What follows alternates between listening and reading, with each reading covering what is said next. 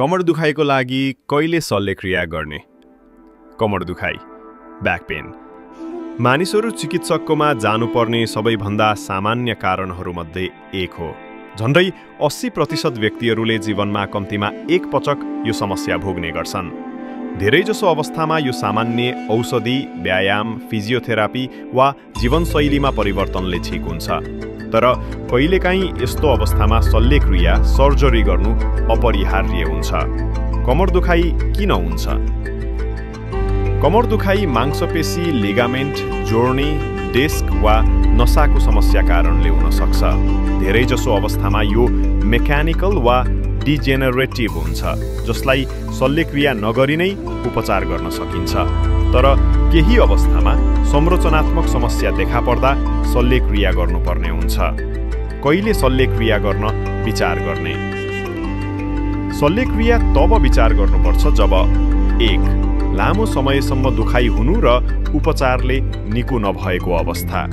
यदि तपाईले 6 देखि 12 हप्ता वा सोभन्दा बढी समय विभिन्न उपचारहरू जस्तै औषधि, फिजियोथेरापी, आराम, इन्जेक्सन गरिरहनु भएको छ तर सुधार नभएको छ भने शल्यक्रिया विचार गर्न सकिन्छ।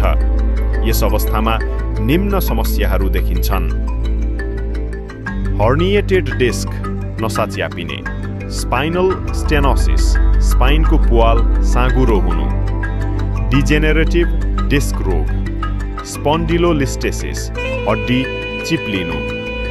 2. कमरभन्दा खुट्टामा धेरै दुखाइ हुनु, सियाटिका/र्याडिकुलोपाथी। यदि नसा च्यापिँदा खुट्टामा बिजाउने, पोल्ने, झन्झनाउने प्रकारको दुखाइ हुन्छ र त्यो 6 हप्ताभन्दा बढी रहन्छ भने सर्जरी जस्तै माइक्रोडिस्केक्टोमीले राहत दिन सक्छ। 3. नसा सम्बन्धी कमजोरी वा लक्षणहरू बढ्दै जानु।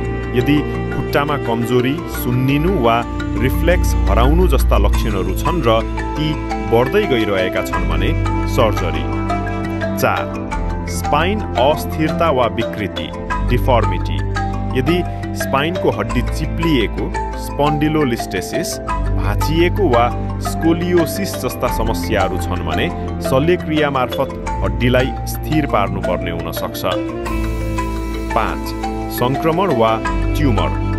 स्पाइनमा संक्रमण जस्तै डिस्काइटिस वा अस्टियोमायलाइटिस वा ट्युमर भएका अवस्थामा पनि सर्जरी आवश्यक हुन सक्छ। निष्कर्ष: कमर दुखाइको उपचारमा सर्जरी अन्तिम विकल्प हो, पहिलो होइन। तर जब सबै गैर शल्यक्रियात्मक उपायहरू असफल हुन्छन् वा लक्षणहरू गम्भीर छन् भने सर्जरी आवश्यक हुन सक्छ। सही निदान र उचित रोगी छनौटको आधारमा गरिएको शल्यक्रियाबाट निकै राम्रो नतिजा पाउन सकिन्छ। शल्यक्रियाको बारेमा विचार गर्नुअघि सधैँ अनुभवी विशेषज्ञ, स्पाइन सर्जनसँग सल्लाह लिनुहोस्।